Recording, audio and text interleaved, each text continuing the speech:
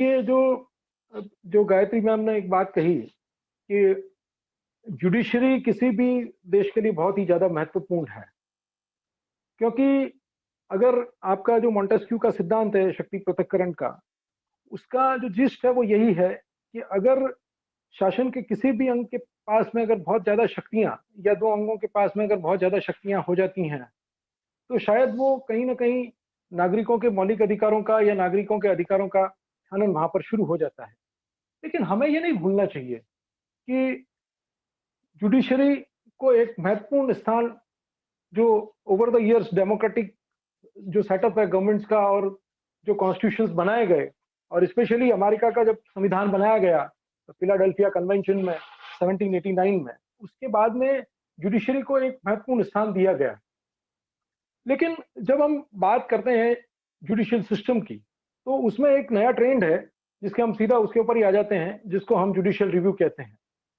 Judicial review का मतलब अगर हम सिंपल भाषा में अगर उसको हम डिफाइन करें, तो जुडिशियल रिव्यू का मतलब ये है कि न्यायालय की इसको हम न्यायालय की वो शक्ति मान सकते हैं जिसके आधार पर वह किसी भी कानून की संवैधानिकता की जांच करके उसे उस सीमा तक अवैध घोषित कर सकता है जिस सीमा तक वह संविधान का उल्लंघन करता है। अब सबसे पहले ये जो डॉक्ट्रिन आई यूएसए में, उसको हम देखें वो आई है मार्बरी वर्सेस मेडिसिन केस में। और मार्बरी वर्सेस मेडिसिन केस में कोर्ट ने और जो जस्टिस मार्शल हैं, उन्होंने उसको कानूनों की वैधानिकता को जांचने के अधिकार को अमेरिका के जो सुप्रीम कोर्ट ऑफ अमेरिका है, उसको जांचने के अधिकार को कुछ तथ्यों पर आधारित बताया। और वो कुछ इस प्रकार से हैं कि सबसे पहले तो उन्होंने ये कहा कि अमेरिका की सरकार सीमित शक्तियों की सरकार है, यानी कि वो कुल मिला के एक लिमिटेड गवर्नमेंट है। दूसरा, वह लिखित और कठोर संविधान सरकार की शक्तियों को सीमित करने का आधार प्रस्तुत करता है,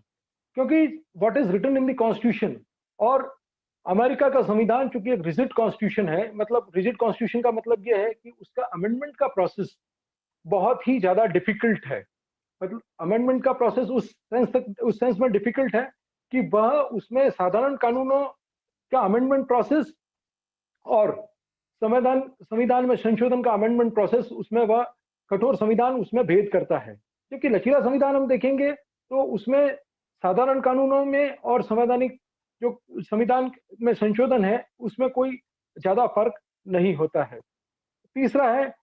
संवैधानिक कानून साधारण कानून से सर्वोच्च है, यानी कि जो कॉन्स्टिट्यूशनल लॉ है that is supreme over the common law of the country. इसका मतलब यह है कि संविधान का कानून है, उसके ऊपर हम किसी भी कानून की सुप्रीमेसी को नहीं मान सकते। चौथा पॉइंट है कि संवैधानिक कानून के प्रतिकूल बना साधारण कानून वैध नहीं हो सकता है, यानी कि जो कॉन्स्टिट्यूशनल लॉ है उसके अगर अगेंस्ट में कोई अगर कॉमन लॉ या सिंपल लॉ बनता है तो उसको कुल मिला के उसको हम वैध नहीं मान सकते। और नेक्स्ट पॉइंट है कि संविधान के प्रतिकूल कानूनों को न्यायालय लागू करने से इनकार कर सकता है। अब इसकी जो बैकग्राउंड है उसमें हम देखें कि कई बार ये होता है कि ये माना जाता है कि अमेरिका में जो जुडिशियल रिव्यू है it was not part of the original constitution, वो ओरिजिनल कॉन्स्टिट्यूशन का पार्ट नहीं है, ये इवॉल्व हुआ है। ये बात तो ठीक है, लेकिन अगर हम रूट्स में जाएं, अगर अमेरिकन कॉन्स्टिट्यूशन के अगर रूट्स में जाएं, तो अलेक्जेंडर हैमिल्टन ने जो फेडरलिस्ट पेपर लिखा था नंबर 78,